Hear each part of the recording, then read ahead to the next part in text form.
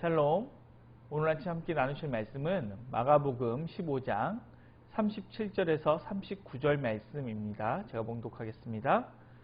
예수께서 큰 소리를 지르시고 숨지시니라. 이에 성소 휘장이 위로부터 아래까지 찢어져 둘이 되니라. 예수를 향하여 섰던 백부장이 그렇게 숨지심을 보고 이르되 이 사람은 진실로 하나님의 아들이었도다 하더라. 오늘 말씀은 우리 예수님께서 십자가에 못 박혀 돌아가실 때의 장면을 그리고 있습니다. 예수님께서 돌아가실 때 휘장이 찢어지고 로마의 백부장이 그는 진실로 하나님의 아들이었다라고 고백했습니다. 그런데 이때 찢어진 휘장은 어떤 휘장일까요? 우리가 흔히 많이 알고 있는 지성소와 성소 사이를 막고 있는 휘장일까요? 아니면 성전 바깥 휘장일까요? 성전 바깥 휘장이 뭐지? 처음 들어보셨을 분도 많을 것 같습니다. 그래서 제가 한번 그게 무엇인지 설명해 보려고 합니다. 마태복음 27장 51절에서 54절을 제가 읽어보겠습니다. 이에 성소 휘장이 위로부터 아래까지 찢어져 둘이 되고 땅이 진동하며 바위가 터지고 무덤들이 열리며 자던 성도의 몸이 많이 일어나되 예수의 부활 후에 그들이 무덤에서 나와서 거룩한 성에 들어가 많은 사람에게 보이니라. 백부장과 및 함께 예수를 지키던 자들이 지진과 그 일어난 일들을 보고 심히 두려워하여 이르되 이는 진실로 하나님의 아들이었도다 하더라. 백부장과 및 함께 예수를 지키던 자들이 그 일어난 일을 다 보았다고 되어 있습니다. 그런데 만약에 이 휘장이 찢어진 것이 성소와 지성소 사이를 가르는 휘장이라면 도대체 그것을 어떻게 목격할 수 있었을까요? 성소의 바깥 휘장 같은 경우는 골고다 언덕에서 이 성전이 눈으로 보이는 거리에 있습니다. 그렇기 때문에 바깥 휘장이 찢어지는 것은 눈으로 목격할 수가 있습니다. 그리고 이 바깥 휘장의 존재에 대해서 성경도 이제 증언을 하는 부분이 있는데요. 히브리서 9장 1절에서 3절을 제가 읽어보겠습니다. 첫 언약에도 섬기는 예법과 세상에 속한 성소가 있더라.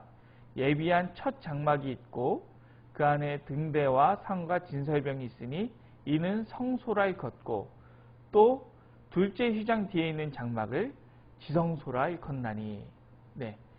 둘째 휘장 뒤에 있는 장막을 지성소라 일컫고 또 첫째 장막이 있습니다. 그럼 그 첫째 장막 앞에는 뭐가 있을까요?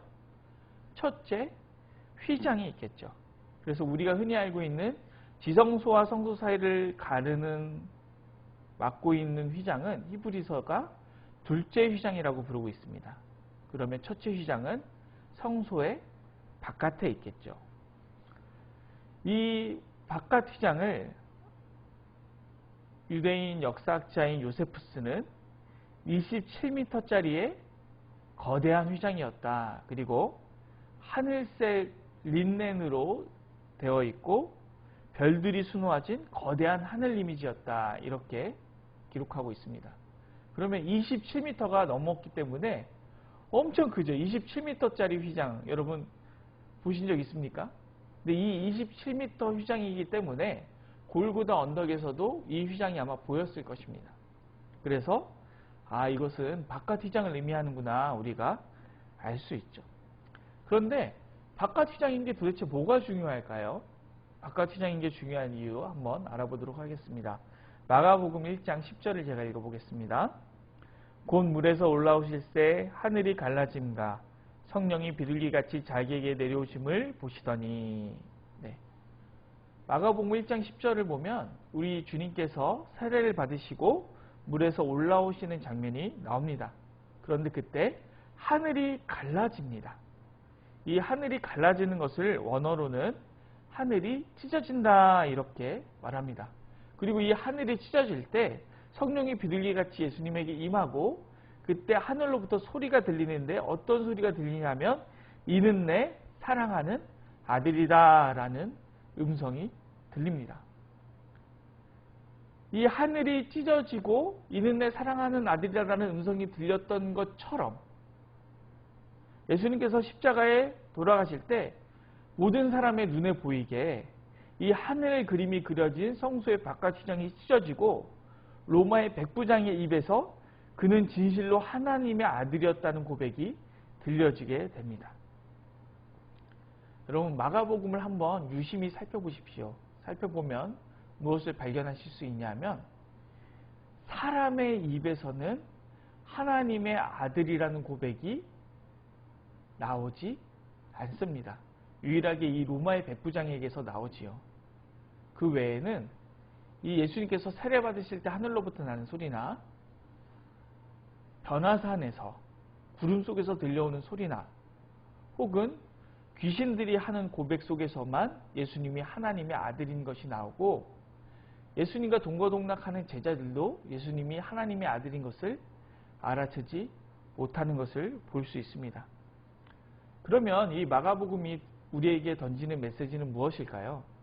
바로 예수님께서 십자가에 못 박혀 돌아가실 때에만 사람의 입에서, 그것도 로마의 황제를 디비필리우스라고 해서 로마 황제를 하나님의 아들이라고 부르던 그 로마의 백부장의 입에서 이 사람이 진짜 하나님의 아들이다 라고 고백하게 된다는 것이죠. 여러분, 말씀 정리하기 원합니다. 우리가 또한 하나님의 자녀라면, 우리가 하나님의 자녀임을 증명하고 싶다면 우리가 어떻게 할 수 있을까요? 우리가 하나님의 자녀임을 증명할 수 있는 유일한 방법은 우리 또한 우리 주님처럼 십자가의 길을 가고 우리의 십자가를 지는 것입니다. 율법을 잘 아는 서기관도, 또 잘 지킨다고 자부하던 바리새인들도, 예수님의 기적을 체험한 수많은 사람들도, 또 3년이나 예수님과 동거동락한 제자들도 예수님이 하나님의 아들인 것을 전혀 눈치채지 못했습니다. 그런데 오히려 예수님을 전혀 모르고 로마 황제만을 하나님의 아들이라고 부르던 로마의 백부장이 십자가 앞에서 예수님께서 돌아가실 때, 아, 이분이 진실로 하나님의 아들이구나 라는 것을 깨닫고 입술로 고백할 수 있었습니다. 우리 또한 우리 삶의 자리에서 진정으로 십자가의 길을 가고 십자가 지는 삶의 모습을 보여줄 때 우리 주변에 있는 사람들이, 예수를 믿지 않는 사람들이, 아, 이 사람은 진짜로 하나님의 자녀구나 라는 것을 깨닫고 고백하고 우리 주님께로 돌아올 수 있는 그런 귀한 일이 우리의 삶 가운데 일어났으면 좋겠습니다. 기도하겠습니다. 사랑이 많으신 하나님, 감사합니다. 하나님, 우리가 하나님의 자녀라면 이 십자가의 길을 가게 하시고 또 십자가 지는 삶을 살게 하여 주시옵소서. 그래서 예수를 믿지 않는 사람도 우리의 삶 앞에서 하나님의 아들 예수 그리스도를 발견하고 입술로 고백하고 주님께로 돌아오는 놀라운 역사가 있을 수 있도록 인도하여 주시옵소서. 감사를 드리며 예수님의 이름으로 기도드립니다. 아멘. 오늘 도고 기도는 울산 지역교회의 영적 회복을 위하여 기도하겠습니다. 첫째로 울산 지역교회의 부흥과 연합을 위하여, 그리고 이 울산 지역을 향한 선교와 섬김을 위하여 기도하겠습니다. 그리고 이어서 나라와 민족을 위하여, 또 교회와 이웃을 위하여 기도하시고 각자의 기도 제목을 가지고 자유롭게 기도하셨으면 좋겠습니다. 기도하시겠습니다.